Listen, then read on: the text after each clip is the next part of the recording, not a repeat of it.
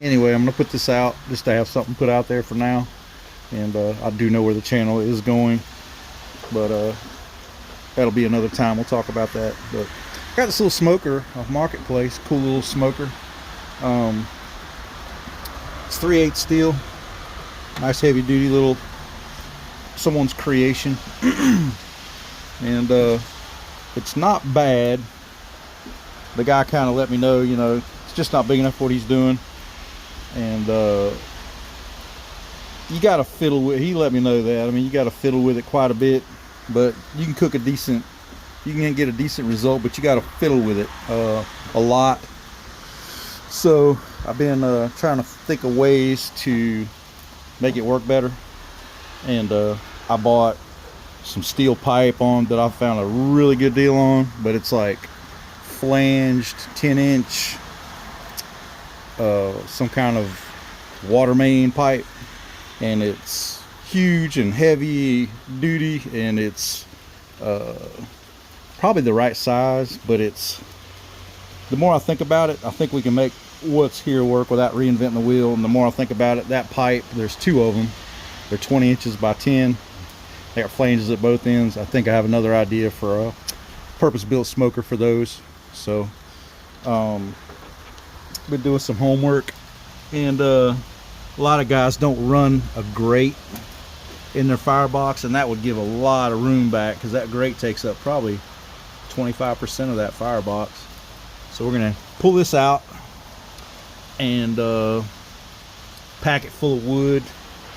The door, I wish I had it here, it's down in my little shop, fixing to weld on it, but I'll show it to you in a minute. Anyway, it's got 3 rows of holes drilled in it for ventilation, and I tried running it like that, and basically it's too much airflow, and it actually wouldn't get up to temp very good.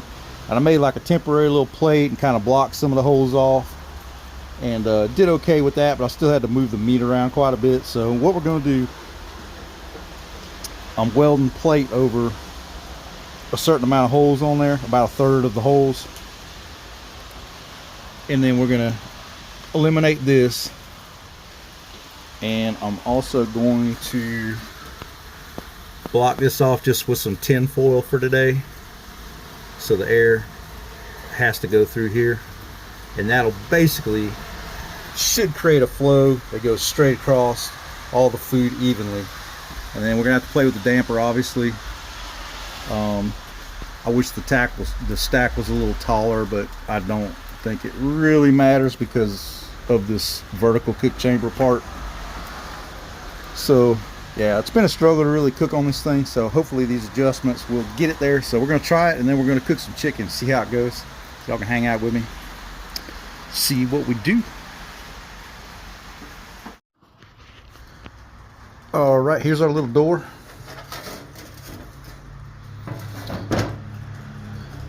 And we're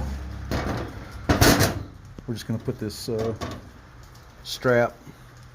I'm gonna cover these, and I feel like these two, I think that'll do it. And then the damper at the top of the stack will breathe enough through these, I think, to get us where we need to be. I can always change it. I'm not gonna weld the crap out of this, but the main strap on top, pretty confident that's got to be there, so I'm gonna weld that pretty good. I can always grind it off no matter what, but I'm gonna weld it in pretty good because I've cooked on this thing several times, and I blocked off certain holes, and I kind of know where it's at. And I'm gonna tack a piece here, and then see how it does with those, and the little damper on top of the stack. So we get this welded up, and we'll try it out. All right, I got that strap welded on there. Doesn't look great, but it's inside, you know what I mean? It's inside the firebox. The other little secondary strap there is kind of, threw enough weld on there so the heat doesn't pop it loose, you know. I'm gonna grind it off if it seems like airflow is insufficient. You know, there's some relativity to there. I mean, air is gonna just, by the requirements of everything moving through the fire and whatnot, and the heat moving through, and where the dampers and the stacks moving, it'll accelerate through these holes. So there's a lot of flexibility there, but having too much permanent air coming in, you can't adjust that out. So it's better to have a little bit, not enough air than too many holes, too much breathing room. So anyway, I'm gonna stick this on there and build a fire and see how it goes. Okay, door's back on here. That's what we got from the outside. So the more I look at this thing, I just keep seeing other things that I could be doing. I'm gonna go ahead and run it tonight this way and just test it. We got some old chicken that's been in the freezer for a really long time, and we're really looking for more of an even heat. Then I don't want to throw something real high quality on this until I got it dialed in, is what I'm trying to say. Got foil in here so the heat has to go across the food, heat and smoke.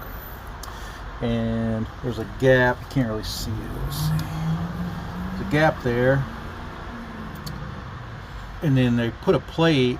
It's like it was thought out pretty good, but they tried a bunch of stuff and really didn't get it quite there. But anyway, it's got like the guy mentioned it was a reverse flow, but it's just not a reverse flow because the stack is on this end. If it was a reverse flow, the stack would be here. This plate would be all the way up against the wall, and the heat and the smoke would go under the plate and then back through. So I don't know what they were trying to accomplish with that plate. I think the more I look at this, let me see if I can get this light.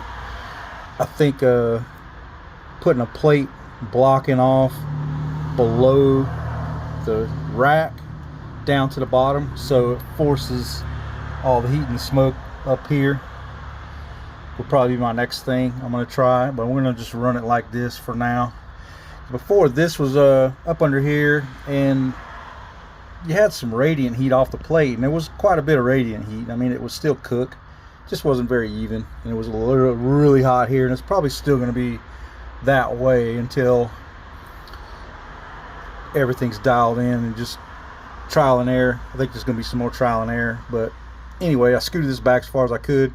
I started to pack aluminum foil. I thought about it, packing aluminum foil in there and scooting it back, but the foil would probably melt with the flames right there, and I don't want that getting the food. So we're just going to run it like this today and see what the next step is, see what it's doing, and then make that second adjustment. And I know a lot of you guys are probably thinking just block all the holes and then use the door as the damper, and that does work.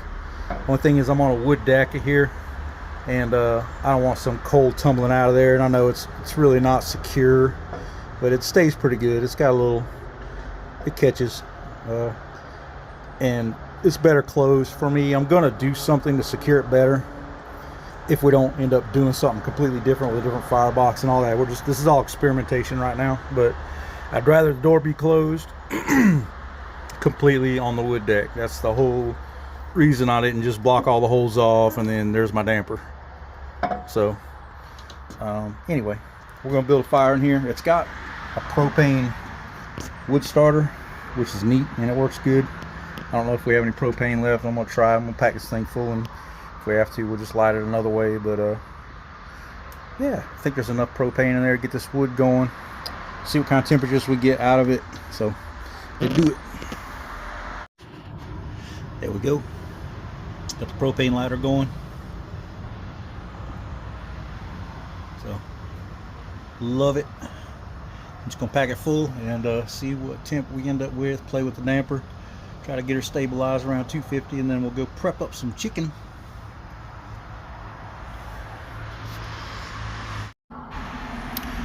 So watching this thing burn now. Looks like the smoke and the heat is primarily going up that back wall. So I think we'll see how it does. We may not even need to block that off below there. So I'm gonna watch it and see how it does.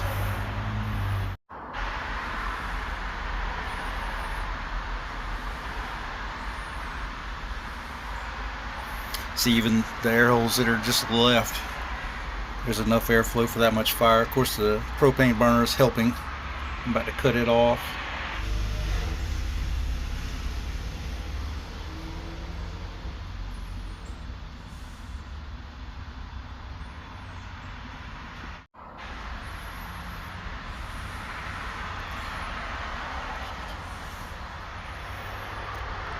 Propane's off. Now we just got the wood by itself. So far, liking what I'm seeing. So I went in for a few minutes to season the chicken, and I've never seen the temp on this thing get this high. It's working a whole lot better in this area. The stack, not so much. I think that's because we got a lot of leakage here. A lot. So in here, so I'm gonna maybe ideally put a better piece of trim there, and maybe some of that seal tape everybody's using on their smokers, or just make a mechanical fit that's just better. But yeah, this will come up from experience. It's really slow about getting to where it needs to be, and I got this crack now, and this is coming down. It was about 350 a minute ago, so yeah, definitely working a whole lot better than it was. Last time I tried to cook in it with all the holes open, it just wouldn't get to a significant temp, and I finally gave up and put the stuff in the oven. So anyway, that's good right there. I'm gonna throw this chicken on, see how it does. All right, gotta load it up. Woohoo! Marring some chicken roller.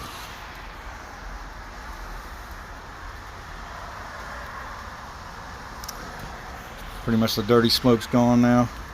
It's burning cleaner. All right, we're gonna let it get back up to temp.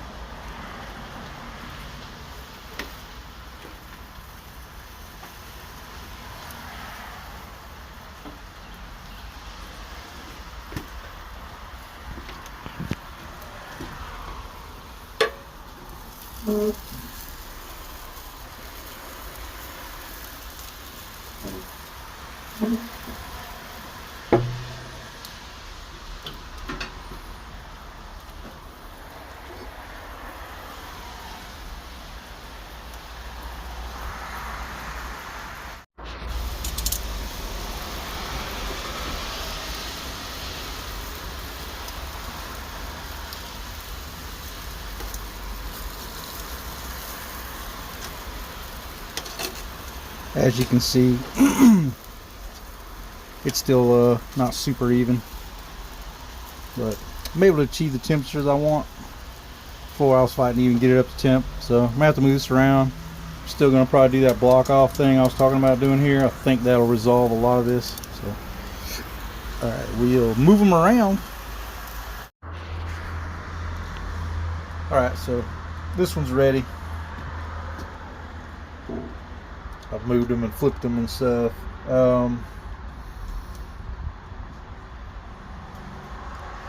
It's still ripping pretty good. It's definitely working better than before, for sure. The only downfall I can see now is the fire. You have to add wood or whatever you're running pretty regularly. I didn't really time it or anything. I probably refilled the firebox or added to the firebox twice, maybe 3 times. I should have kept better count of that, but got to move the meat around still, obviously, because that's what you're dealing with right there. But it's working better than it was for sure.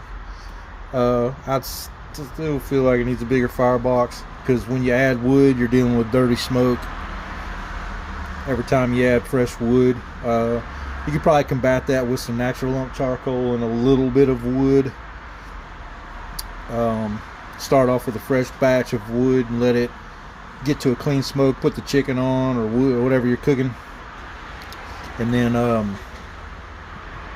add natural lump charcoal after that, with a little bit of wood, a couple pieces here and there, or a smoke tube.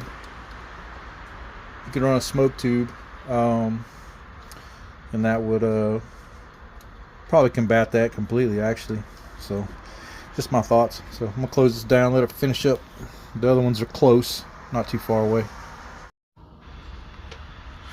So the chicken's done. It's off the grill. Staying around that 250 range. I don't know how I feel about this thing, really. It's just uneven. We're at 250 right here, close to 250, and then 150, 100 degrees difference. I thought that gauge was probably bad, so I don't even know if you can see it now. Nope, can't see nothing there at all. But earlier, before that was covered with stuff, it was keeping up with this. They were holding the same temp. These two thermometers, the one inside and the one here, was keeping the same temp, so this one seems to be pretty accurate. So it's 100 degrees different in the vertical part. Very hot spotted here, very hot spotted there. Constantly moving chicken around, constantly adding wood, which means dirty smoke. So don't know, may end up just let this be a coal smoker for nuts and cheese and stuff. I think a bigger firebox with a more airspace between the fire and the here, more airspace. Like, I got 20-inch pipe. That 10-inch pipe is 20 inches long. If we use that, then the fire could be closer to this end, and wouldn't be literal flames coming up right here. It'd be dampered.